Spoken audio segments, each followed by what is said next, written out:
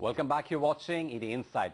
The Indian economy is going through a slowdown, and the blame game between policymakers and the captains of industry is in full swing. In the process, India's GDP growth seems unlikely to return to the pre-crisis rate of 9% plus anytime soon. So will things get worse before they get any better? Nikhil Sivadas finds out.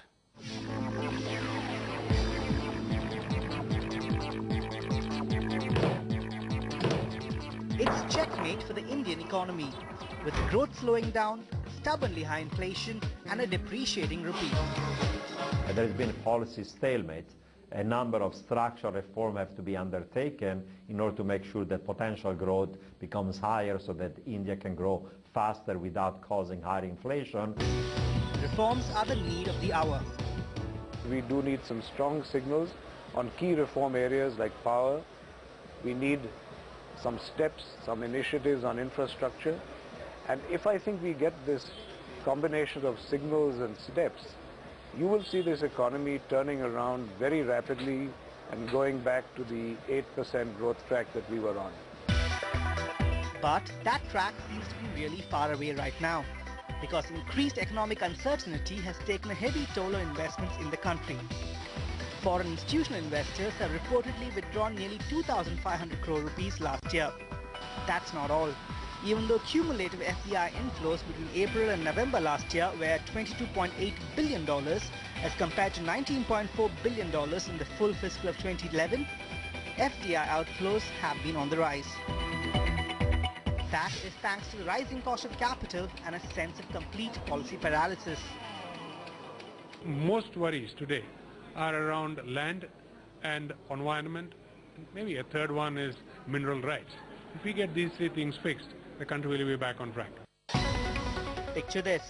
Interest rates in India have risen 13 times last year, making the cost of corporate borrowings rise by nearly 4 percentage points. Simultaneously, several key sectors such as mining, telecom, power, infrastructure and retail that require long-term capital are in limbo. That in turn has taken a toll on India's banking system, which finds itself saddled with loans that are degrading in quality. But the worst may not be over. According to rating agency CRISIL, bank NPAs will rise to 150,000 crore rupees by March 2012. That's nearly 3 times what it was 3 years ago. So restructuring assets and ensuring a cushion against worsening asset quality is sure to be a priority for banks and the RBI this year. But the RBI has cautioned that this can only happen if the economy stabilizes. And the regulator is doing all it can to ensure just that. We could expect a reversal of monetary tightening. We are more mindful of growth, and the growth-inflation balancing equation will certainly be different in 2012 from what it was in 2011. But that alone may not be enough. According to the World Bank's Doing Business report, it takes at least a month to finish the procedures to start a business in India. Getting permits for construction takes another 227 days. But that's nothing when compared to the 1,420 days it takes to enforce contracts in the country. Little wonder then that India is ranked 132nd out of 183 countries in terms of ease of doing business. To change this, India needs to improve its interministerial coordination on contentious approvals. Clearance of projects, land acquisition has to do with state issues. So a lot will depend on which state it is in and which political party is there.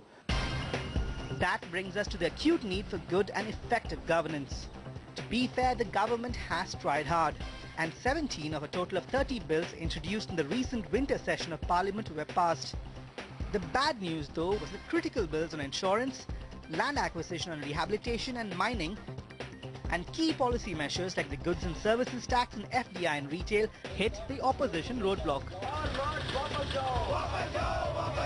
Trying our best to remove the logjam, but we are not the only party and we do not create logjam ourselves. We always we are ready for discussion. सरकार के अपने घर के अंदर भी विरोध पैदा हो गया, तो वक्ता दर वक्ता सबने फैसले का विरोध करते हुए, फैसले को वापस लेने की मांग करते हुए ये प्रश्न जरूर पूछा कि इतना उद्वेलन था संसद में, फिर आपने ये क्यों किया? While the political class has been at war, India's fiscal condition seems to be weakening.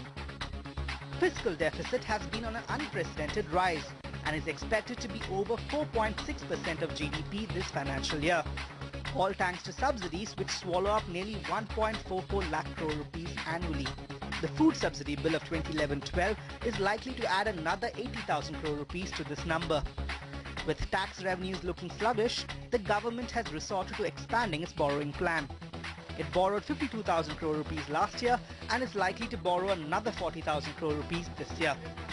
What's worse is that the government has warned that it may not be able to meet its divestment target of 40,000 crore rupees this fiscal. It's going to be very difficult. So I'm not confident on the full target of 40,000. I'm not confident of that. The biggest concern is the country's widening trade deficit. Simply put, India is earning fewer dollars than it is spending on imports.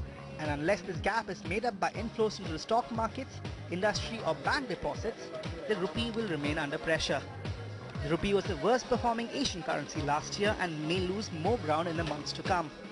Nomura and Macquarie expect the rupee to reach 55 in 2012, whereas Bank of America, Merrill Lynch and CLSA see the Indian currency going down further and touching 58 to 60 to the dollar. A weak currency can have a catastrophic impact because it devalues savings and forces interest rates to go up, slowing everything down in the economy. The silver lining is that despite all this, India is not close to having a systemic crisis just yet.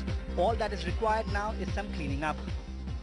Cobwebs in the policy environment have to be removed very quickly. That's number one, and that's the priority for the government now. But the government is just a facilitator. India Inc. needs to do its bit too in helping build brand India.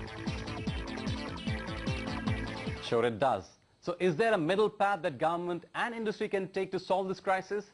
Adi Godrej, President-designate of the CII and Chairman of the Godrej Group, joins us to talk about that in just a bit. Stay with us.